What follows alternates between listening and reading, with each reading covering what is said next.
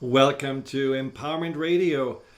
I'm your host, Dr. Friedemann, and I have today a show for you that I know many of you have been waiting for, but because it is something that I also feel very dear to my heart, I want to explain to you for a moment why I came up with the theme of this show. Now imagine for a moment you are having an organic vegetable garden and you have these amazing juicy beans ready and you serve them to your family, and one of your family members spouts out and says, why don't we have canned beans? Canned beans are so much better and they're also so much healthier.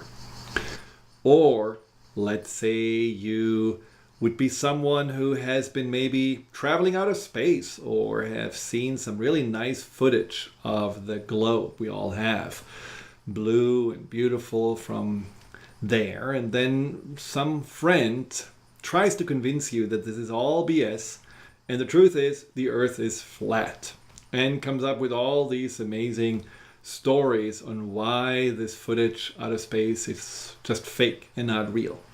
Or imagine that you had a near-death experience and you were floating out of your body to this beautiful realm, to the light, and just had this amazing time. And then someone still tells you, I believe after death there is nothing, poof, black, nothing's gonna happen. How would you feel?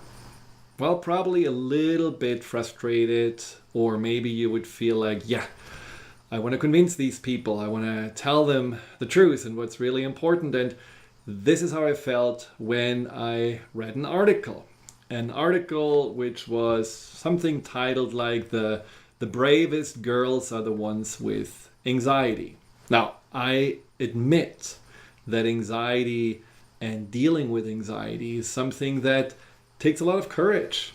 And the gist of the article was that there are so many young women that have anxiety, insecurity, that don't want to leave the house, that don't want to become social, and would prefer to lock themselves in. But no, they take on the world. They are putting on the mascara. They are leaving the house. They are facing the anxiety, and they are simply every day battling with their emotions without really any break. Now, as I said, I understand that this is how many people are living. And I understand that this is the only choice that they feel they are having. But it's not the only choice that really is out there. And it is not the truth about our emotions that all we can do is to fight them and to battle them, to push them down, to ignore them, or to see them as the invisible enemy inside of us. There is something that I'm really passionate about, helping people to understand, which is the truth about fear and anxiety, and why fear and anxiety is not something we have to be afraid of, and why it's not something we have to face and stare down, but we have to understand and fathom and respond to it.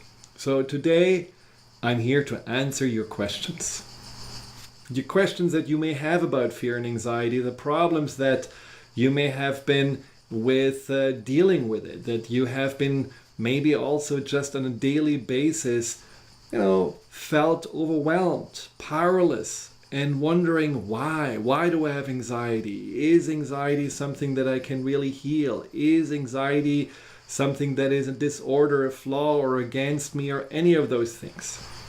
Now, I put out the word on social media and newsletter, so I have received quite a few questions already. But of course, if you have any questions as listeners right now, please call in. The phone number is 888-418-6890. Again, 888-418-6890.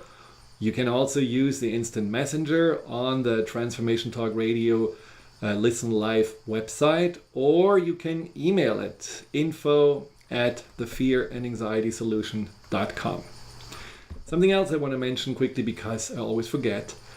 If you want to not only hear but see a replay, and you want to get some little cool features on empowerment radio, which I cannot do just on the airwaves, go to my YouTube channel, Dr. Friedemann Schaub, and you simply find more than 130 videos that are about the radio show, that are guided meditations, that are webinars. There's a lot of information out there. I don't know exactly how many hours, but plenty to watch. And you can just join the many people that have signed up for Dr. Friedemann Schaub at YouTube and listen to all of this again, and also gain more information, not only on fear and anxiety, but also other topics like intimacy, OCD, or how to maybe sleep better.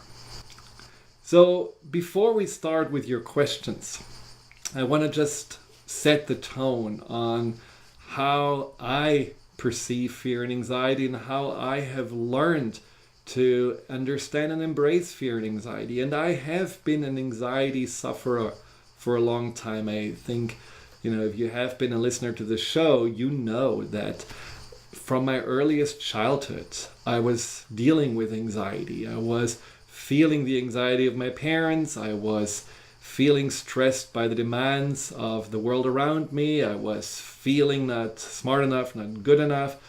I was believing that there is a wrathful God that's going to punish me or test me at some point. All of those things made the world not really appear very safe. And so I was certainly having my fair share of fear and anxiety, and it took me a long time to not just, like most of us do, either ignore it or treat it with medication or treat it with pure staying busy and not paying attention to it, but really to understand more what anxiety actually is about and what it is trying to tell us. So many people say, is anxiety a disorder? Is anxiety something that is maybe a biochemical problem in my brain, or that famous alarm switch, the amygdala? Is that something in the brain that has been just turned on and I cannot turn off? Now, all of those things may be true. They are a part of anxiety, but are they really what causes the anxiety?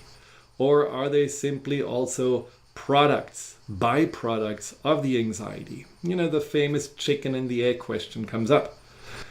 The best analogy I find is the pain analogy.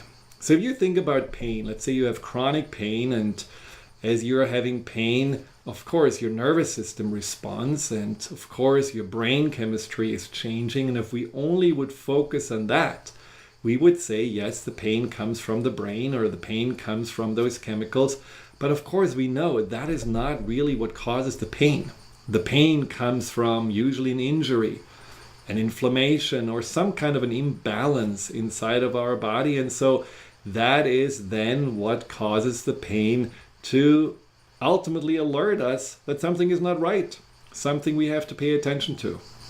Now, that is also true with fear and anxiety.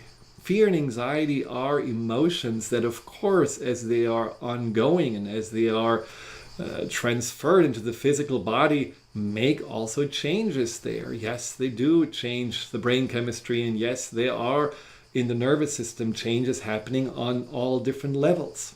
But isn't fear and anxiety also coming from a wound, often an emotional wound, a wound of the past, something that may also just be out of balance? And that is where approaching fear and anxiety more as a symptom and not as the problem is so much more empowering. When you think about fear and anxiety as something that's just the messenger, okay, I'm dealing with fear and anxiety right now, so what potentially is causing it inside of me? Then you are looking for something deeper. Then you're looking not just for the ominous question on, oh wow, what could this be that is attacking me out of the blue, but you're wondering, oh, why am I in pain? Why do I not feel safe? Why is it that for some reason I'm still looking at the world through the eyes maybe of a small child? Is there something that needs to be addressed? Now for me, with my fear and anxiety, was certainly the pain of not feeling good enough and always having that feeling of I need to prove myself to get love and acceptance. I need to work harder. I need to accomplish more. And of course, every time when you do that, you feel for a moment better. But then the race starts again because that wound, that belief of not feeling good enough, this idea that is haunting you is still there and it doesn't go away. And this is what people that I work with over and over tell me about anti-anxiety medication. Anti-anxiety medication works. It works really well on the level of numbing you out. You don't feel anxiety, you feel calmer, you can think more straight. All of those things are true, but it doesn't change and heal the wounds that caused the pain in the first place. We will talk more about this and why we need to address those wounds and all your questions after the breaks.